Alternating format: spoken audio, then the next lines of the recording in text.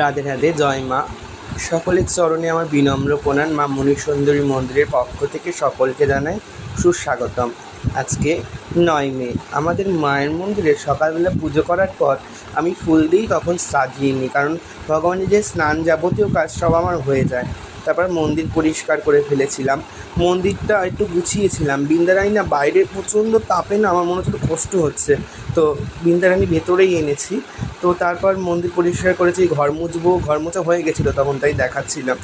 তারপর বাসন, অত্যাধিক বাসন বেরোয় রেগুলার, এরকম বাসন মাজার পর ঘরটার মুছেছি না। আজকে আমার একটা মন্দিরে পুজো করতে যাওয়ার কথা ছিল, তো এই ঘরটার মোছার পর আমি বেরিয়ে গেছিলাম। আসতে আমার অনেক দেরি হয়ে গেছিলো, একটু 1টা বেজে গেছিলো। তারপর এসে মন্দিরটা আবার একটু পরিষ্কার করলাম।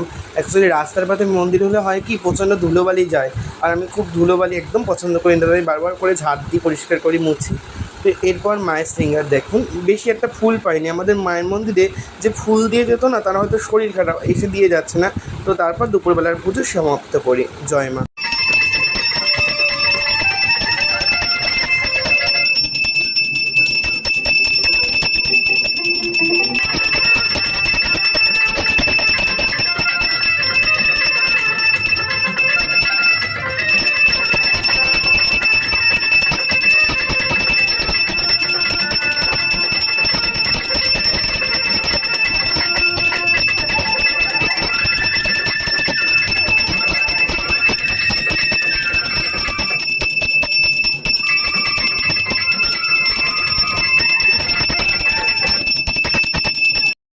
জয় মা, জয় জগন্নাথ। এখন মায়ের রাত্রিকালীন সেবা হয়ে গেছে আমার, তো সব কিছু না আর দেওয়া সম্ভব হয়ে ওঠে না আমার, আর সব কিছু না দেখানো যায়ও না।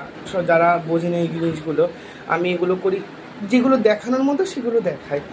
আর একটি কথা, আপনাদের যদি এই মায়ের ভিডিওটা ভালো লেগে থাকে অবশ্যই আমাকে জানাবেন। আমার সেবায় যদি কোনো ত্রুটিও থাকে তাও জানাবেন। আমি সবসময় যেন শেখার আগ্রহী, কী করছি না করছি আপনাদের যদি দৃষ্টিকটু লাগে তাও অবশ্যই জানাবেন।